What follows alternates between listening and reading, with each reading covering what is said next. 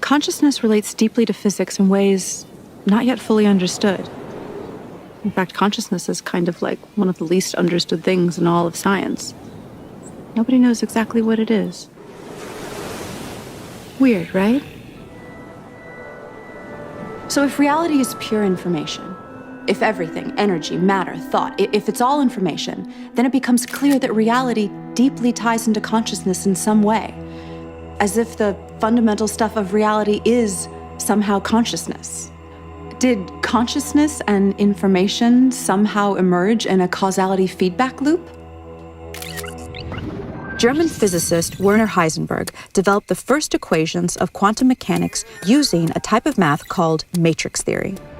He deduced that space and time were pixelated into indivisible three-dimensional Planck length units, just like the two-dimensional pixels on your computer screen. It's good to be made of pixels. The mathematics indicated this. Mathematics. I love mathematics. Your pizza, Professor. And pizza. Oh, I love pizza. Especially pixelated pizza. And interestingly, there was no solid experimental evidence for smooth, in other words, not pixelated, space-time. Pizza. Not pixelated. Not pixelated. Pixelated. We are not pixelated. Not pixelated. Yes, you are, morons. Your mother is pixelated. This is smooth. There is no evidence of that. And the mathematics show it is pixelated, so it must be pixelated. Oh, that's interesting. Bullshit. It must be pixelated. Bullshit, bullshit, bullshit, bullshit. On the other hand, most scientists agree that a length can be no shorter than the Planck length, which suggests reality is pixelated. There is no length shorter than the Planck length. That means reality is pixelated. I'm not pixelated. I'm not. Dude, you're kind of being a little like one of those people who deny evolution because they can't handle the fact their ancestors were monkeys. Are you a monkey? Huh? Are you a little monkey? We believe that until a quantum gravity theory of pixelated spacetime is discovered, the issue will remain confusing for everyone. What type of geometric code would describe a pixelated reality? So we think reality is a mosaic-like code or language at the smallest scale of reality possible, which is called the Planck length. Particle accelerator data tells us that all particles and forces relate to one another according to a higher dimensional crystal called the E8 lattice. But reality appears to be 3D. So we project a slice of this E8 crystal down to 3D, which produces a quasi-crystal code or language. And that allows these geometric symbols to build up to the ordinary world of particles and forces that we see around us. Now, this geometric language has rules, but it also has syntactical freedom like any language. And that requires some notion of a chooser to choose the free steps in the language. Now, the notion of randomness doesn't work so well when it comes to codes because meaning starts to break down. Besides, there's no decent experimental evidence for randomness in nature in the first place.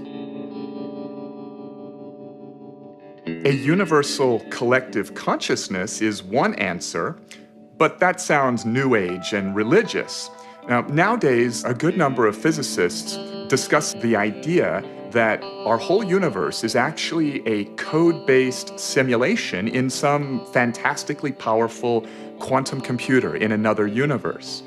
Now, if true, then by the same logic, that other universe where the computer running the simulation of our universe is would also supposedly be a simulation in another universe. So the idea is a little shaky, but it's being discussed seriously by a lot of credible people. But it turns out that a universal collective-like consciousness of some sort may be physically inevitable. Now, we don't need to anthropomorphize this idea or make it religious or spiritual. To follow why, let us start with the idea of the collective behavior of cells in your body, each a single-celled microbe living its life. A long time ago, only this sort of cellular life form existed here on Earth. These little guys were not too smart, but they did choose what direction to swim and could chase nutrients, reproduce, and run from dangerous things.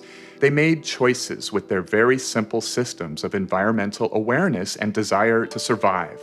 Then they self-organized into colonies that were smarter as a group and had more environmental awareness than the individuals. Physics allows the possibility of all the energy in the universe to eventually convert into a single conscious system that is itself a network of other conscious systems, a massive, technologically based collective consciousness. Given enough time, anything that can happen will eventually happen. By this axiom, this system of universal consciousness has already emerged somewhere in the frames of space-time ahead of us. Because it is possible, it is inevitable. In fact, according to the evidence of retrocausality time loops, that inevitable future is co-creating us right now, just as we are co-creating it.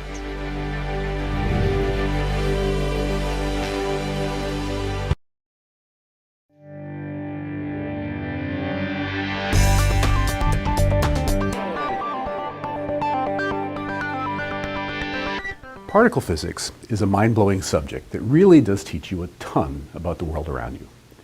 By smashing two particles together, you can learn about the most fundamental rules that govern the universe. While we call our theoretical understanding of the subatomic world the standard model of particle physics, that actually is a little misleading.